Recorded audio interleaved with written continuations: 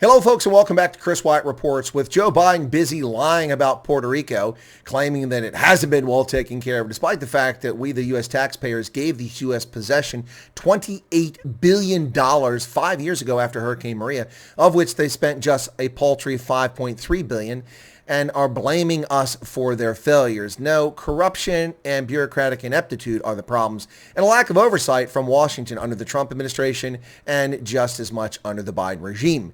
So Joe Biden's busy lying about Puerto Rico, which, by the way, had a hurricane days ago, not just in the last day or two. He's avoiding Florida, where he is wildly unpopular in the Second Amendment state.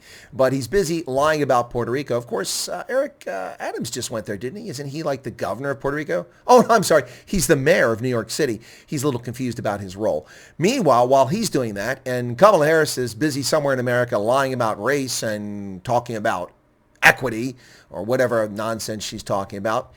While they're asleep at the wheel, of course, Kamala was just recently at the demilitarized zone on the inner Korean border, in which she talked about our friends to the north, saying what an enduring alliance the United States has with North Korea. So the United States shares a very important relationship, which is an alliance with the Republic of North Korea. And it is an alliance that is strong and enduring. Well, I can believe that from Biden, of course, allied with China, allied with Ukraine long before he became president. But sadly, these idiots asleep at the wheel and our derelict foreign policy, well, North Korea and Kim Jong-un are at it all over again.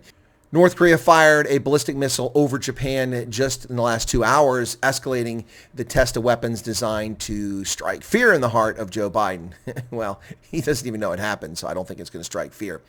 But we see that this missile overflew Japanese airspace, violating their territorial integrity. This is not a provocation. This is an act of war. An open act of war by a country that is yet to sign a peace treaty for the aggression that it started in 1950. 72 years ago, North Korea crossed the demilitarized zone and attacked South Korea and United Nations forces. And we do not have a peace treaty. We have an armistice, and that's it, a ceasefire. So what's going on here? Donald Trump meets with Kim Jong-un, strokes his ego, and North Korea no longer fires ballistic missiles over Japanese airspace. Funny how that works. But with a demented lunatic in charge who runs away from Afghanistan, lying to people about the war in Afghanistan, which wasn't going on. We weren't a party to it. Total lies. The same clown who argued against going after bin Laden. He's been wrong on every foreign policy issue in the history of his corrupt service in the U.S. government. 36 years in the Senate, 8 years as demented vice president, and now over a year as a clueless chief executive. Well, authorities issued an alert to residents in northeastern regions to evacuate buildings in what was the first such alert in 5 years. Yeah, 5 years ago, Donald Trump stopped this. They stopped this. Trains were temporarily suspended in Hokkaido and Aomori regions before operations were resumed later after the government noticed North Korean missile appeared to have landed in the Pacific Ocean. South Korea's Joint Chiefs of Staff also detected the launch and said that was fired over northeastern waters.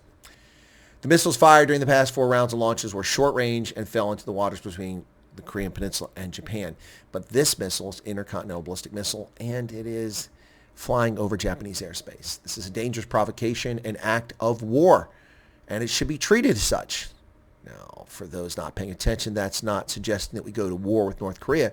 But if we had a genuine chief executive in the White House, not the loser like we have with Clinton, who gave North Korea food and petroleum so they could survive and the regime continued, not the loser like Barack Hussein Obama, who just ignored these provocations and acts of war, and now another president who simply does it. We've only had one president in 40 years who's actually addressed the issue in North Korea. That was Donald John Trump. Gosh, we miss him. Anyway, folks, thanks a lot. Be sure to hit the button, become a subscriber. North Korea seeks to precipitate a conflict, and the Biden regime is busy lying about Puerto Rico and equality. Cheers.